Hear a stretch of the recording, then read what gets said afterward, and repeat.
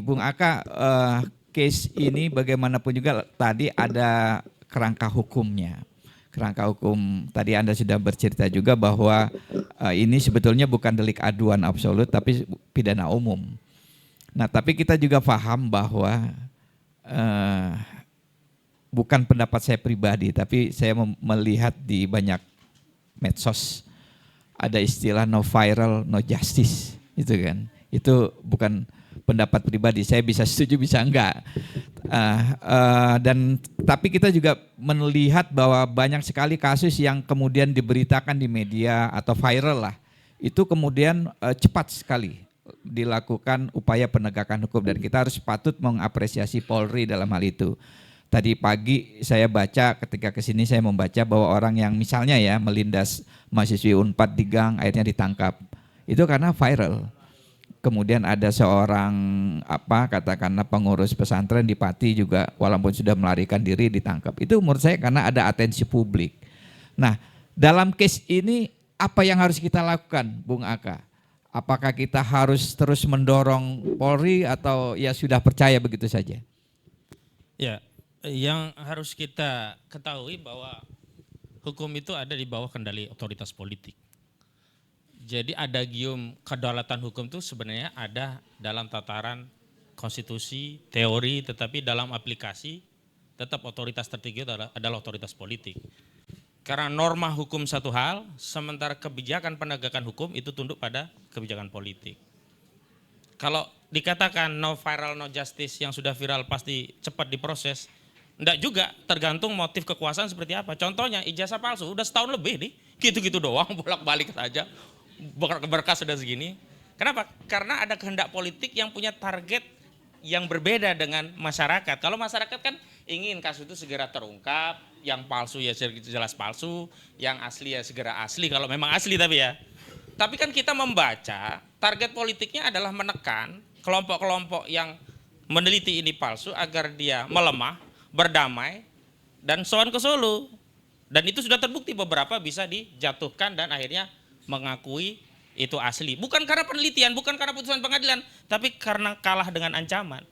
Jadi situ kita bisa membaca bahwa organ kekuasaan telah menggunakan institusi kepolisian untuk menekan pihak yang lain agar mengakui keaslian itu, dan harapannya memang semua kalau bisa itu restoratif justice, damai, dan dengan perdamaian itu diakui jasa itu asli. Tapi kan faktanya perlawanan ini terus. Nah, di kasus ini kita akan melihat apakah atensi kekuasaan akan mengadopsi peristiwa kasus ijazah palsu. Kalau itu yang terjadi, kasus ini gak akan cepat diproses, lama. Tunggu biar ada terjadi perdamaian antar para pihak, dan tentu perdamaian dimaksud mengikuti intensi kekuasaan itu kemana. Dan kekuasaan itu ada dua ya. Yang pertama ada kekuasaan formal yang mereka punya otoritas jabatan hari ini. Yang kedua kekuasaan non formal tapi mampu ngelendoti. Nah istilahnya Pak Amin Rais ya. Jadi kalau hari ini Pak Amin Rais meminta agar Presiden Prabowo Subianto untuk menjauhkan dari lendotannya Teddy, saya lebih jauh. Presiden hari ini harus menjauh dari lendotannya Jokowi. Karena apa? Corak penegakan hukum itu tidak ansih mengikuti norma, tetapi dia akan mengikuti policy kekuasaan. Kecuali kalau itu tidak ada atensi kekuasaan, biasanya apa? Duit yang besar atau tuntutan masyarakat lebih besar. Kalau duit lebih besar nggak ada tuntutan masyarakat, jalan itu duit. Norma mah belakangan. Pasal bisa dicarikan, pendapat hukum bisa dicarikan. Kalau pendapat hukumnya mau SP3, carikan tokoh yang bisa memberikan pendapat bahwa ini sah untuk SP3. Tapi kalau ingin memberatkan, cari pendapat tokoh yang untuk memberatkan. Sesuai dengan konteksnya apa begitu. Nah, saya melihat ujian dari institusi kepolisian adalah yang pertama, institusi kepolisian dalam ini Barreskrim ya, tidak mendelivery kasus ini ke Polda. Yang artinya itu mengkerdilkan kasus, sekaligus melempar ke Polda. Jika ada sesuatu yang tidak sesuai dengan ekspektasi kekuasaan, apa yang dilakukan oleh Polda bisa dievaluasi atau dianulir oleh Barreskrim. Beda kasusnya kalau ini langsung tangani polisi di Barreskrim, tetapi bertentangan dengan kehendak publik, nggak ada exit strategi untuk melegitimasi. Karena kekuasaan termasuk institusi negara itu juga selain dia bicara tentang motif kekuasaan terhadap upaya penegakan hukum itu condongnya kemana, dia juga tetap akan ingin reputasi institusi itu tetap bagus.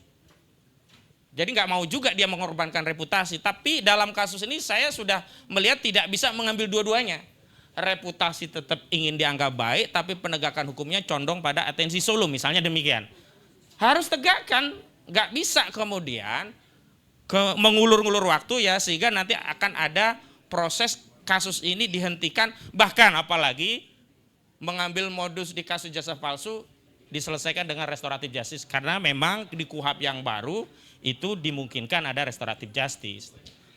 Saya tidak mendahului Pak JK, tetapi dalam konteks tujuan PSI akan ya mendorong ini perdamaian lewat Pak JK dan ujungnya restoratif justice perdamaian, saya ingin tegaskan secara hukum memang Pak JK sudah tidak punya kewenangan lagi terhadap kasus ini. Karena kasus ini bukan Pak JK yang melaporkan dan deliknya delik umum. Dan bahkan para pelapor 40 ormas ini juga tidak punya kewenangan untuk berdamai dengan terlapor. Karena korban dari dampak video editingnya itu adalah masyarakat luas. Sehingga resikonya bagi pelapor kalau mereka sampai berdamai dengan PSI, justru mereka yang akan dianggap berkhianat kepada publik. Gak ada pilihan ini. Nah cuman apakah bisa cepat atau ini macet karena target politik tidak bisa dipenuhi seperti kasus jasa palsu. Sampai setahun lebih. Jadi harus siap juga kita kasus ini juga sampai 2029 juga nanti gitu. Tapi yang jelas kasus ini memang benar, ini blunder bagi PSI.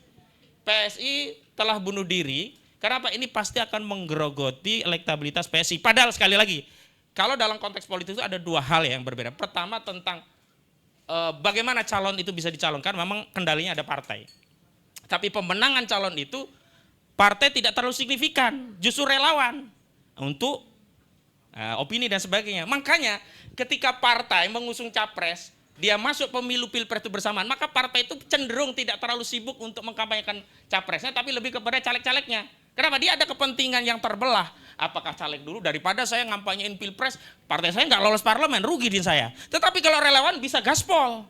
Disitulah kemudian relawan kenapa mereka dapat kompensasi menjadi komisaris lah dan sebagainya. Karena ya peran politik itu yang kemudian diapresiasi dengan jabatan publik melalui komisaris. Saya mau tanya, apa hubungannya Grace Natali dengan Mind 8 itu? Apa keahlian Grace dalam urusan pertama? Kan kagak ada.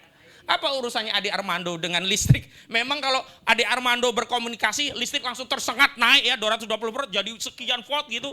Atau ya arus DC bisa dirubah menjadi arus AC atau sebaliknya karena komunikasi listrik yang luar biasa dari Ade Armando kan gak ada hubungannya. Yang jelas dia ditempatkan karena peran politik untuk memenangkan dalam pilpres. Nah, dampaknya justru bukan lagi pada institusi. Saya yang khawatir terjadi apa yang disebut sebagai unlegitimate dari fungsi negara.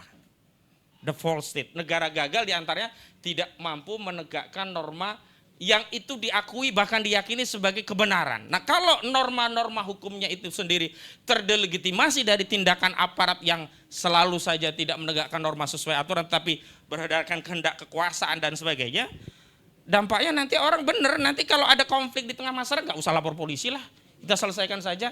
Nanti pinjam dukun ya mungkin dikirim tenung gitu ya, kasih deh dia kaca, beling atau paku begitu. Atau selesaikan dengan cara meminjam seorang yang mengatakan jaga mulutnya, hati-hati. Mungkin bisa diselesaikan dengan cara itu. Atau dengan cara yang lain. Sudahlah, ya cinta ditolak, dukun bertindak. Kamu pasti jadi milikku. Mohon dijelaskan kepada saya dan kami semua. Mungkin karena saya tidak paham dengan mengapa itu menjadi persoalan. Masalah ini diserahkan ke Polda itu maknanya apa?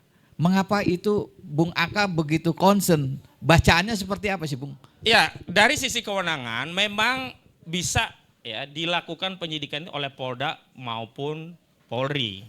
Kalau Polda karena wilayah hukumnya melingkupi wilayah yang memang jadi kewenangan Polda. Kalau Polri di seluruh Indonesia bisa. Cuman nilai strategisnya menjadi berkurang seolah-olah ini tidak menjadi atensi publik dan ini adalah bagian dari cara untuk mendelegitimasi isu yang tadinya sudah tinggi menjadi seolah-olah menjadi tidak terlalu penting. Nah itu satu hal. Yang kedua, mereka kan sedang menyiapkan rencana penegakan hukum dalam kasus ini seperti apa. Tentu target utama adalah restoratif justice, perdamaian. Nah kalau ada kesalahan yang secara kasat mata itu dilakukan oleh institusi penegakan hukum, jika itu dilakukan oleh Polda, maka setidaknya recovery-nya bisa diambil alih oleh Barreskrim. Tapi kalau Barreskrimnya yang sudah rusak, mau kemana lagi dibuang? Nah ini resikonya bagi reputasi institusi. Ini berbahaya reputasi bagi institusi. Yang ketiga, ini adalah bagian dari cara untuk apa? Melemahkan psikologi pelapor. Laporan kalian tuh kecil aja loh. Kalian nggak usah terlalu gede-gede. Ini masalah kecil kok. Ini masalah cuman editing saja kok. Ini cuman masalah video yang sudah diklarifikasi kok. Dan kan memang sudah muncul kan klarifikasinya. Dan saya mau tegaskan, memang di kasus ini tidak bisa kita menganggap ini bukan kejahatan hanya karena orang yang melakukan kejahatan itu mau bersumpah bahwa saya tidak ada niat untuk menghasut atau memfitnah Pak JK. Urusannya bukan dengan JK lagi ini.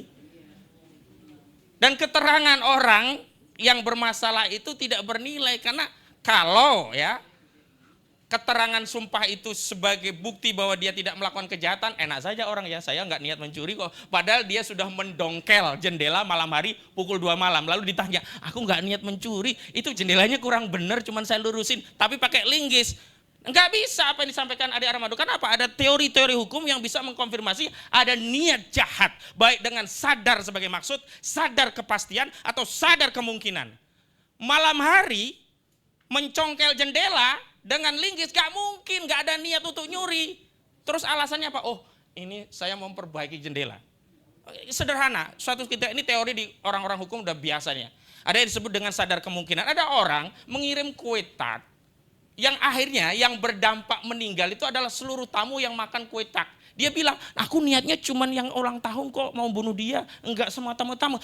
Dia harus paham ada sadar kemungkinan bahwa kue tart itu juga akan dikonsumsi bukan hanya yang berulang tahun tapi juga seluruh masyarakat. Dan Ade Armando dia harus paham ada sadar setidak-tidaknya kemungkinan umat Islam dan umat beragama yang lainnya akan marah dengan apa yang dilakukan oleh Ade Armando.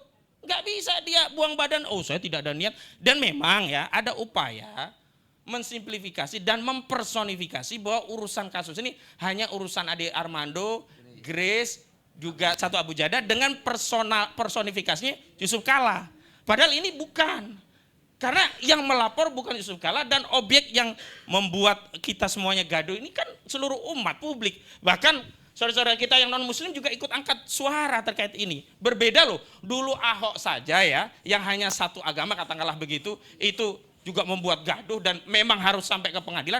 Apalagi hari ini yang disinggung bukan hanya umat Islam terkait ajaran Islamnya, termasuk orang-orang non muslim seolah-olah apa yang dilakukan ini membenarkan terjadi pecah belah pada saat itu yang dilakukan oleh JK. Padahal saat itu konstruksinya JK itu blambir. Kan menarik istilahnya saya Didu. Ini mereka mau membakar blambir, ya membakar pemadam kebakaran yang dulu sudah terbukti bisa mendamaikan peristiwa di 24 atau 25 tahun yang lalu. Itu pembacaan saya. Dan terakhir ini yang menurut saya harus katakan ini jadi ultimatum. Meminjam ultimatum yang juga disampaikan sama oleh Pak Din Samsudin.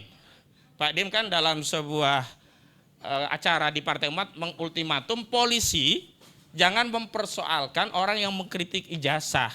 Harusnya yang diduga palsu itu yang diproses. Termasuk dalam kasus ini juga begitu. Polisi tidak boleh terlalu melayani kepentingan pihak terlapor. Yang tentu dia akan mencari way out, exit strategi. Secara hukum pasti exit strateginya adalah restoratif justice, perdamaian. Justru polisi segera fokus untuk memeriksa bukti-bukti saksi-saksi dan pihak-pihak untuk melengkapi unsur-unsur pidananya. Pasal 32-nya Ade Armando ya melakukan editing tidak dibandingkan video aslinya berapa menit, misalnya 1 jam. Lah video yang Ade Armando berapa? Cuman beberapa menit. Itu terbukti tuh unsur editing. Cari ahli ITE, apakah tindakan ini termasuk editing? Oh iya, kalau nggak diedit nggak bisa 1 jam berubah jadi 2. Kemudian dia menyebarluaskan nggak? Dia lihat ada di mana. Oh ternyata iya ada di platform sosial media. Itu bisa diakses publik tidak? Iya bisa diakses. Oh itu unsurnya terpenuhi. Kemudian cari keterangan dari Pak Yusuf Kalla. Niatnya seperti itu enggak apa seperti yang disampaikan oleh Ade Armando? Oh tidak. Oh berarti memang ini ada niat memecah belah. Terpenuhi unsur-unsur pasal 28 ayat 2 Undang-Undang ITE. Junto 45 ayat 2 ITE tentang menyebar kebencian dan permusuhan berdasarkan suku, agama, ras dan antar golongan. Nah lanjutannya apa? Lanjutannya adalah polisi segera mengupdate kasus ini tentang perkembangannya.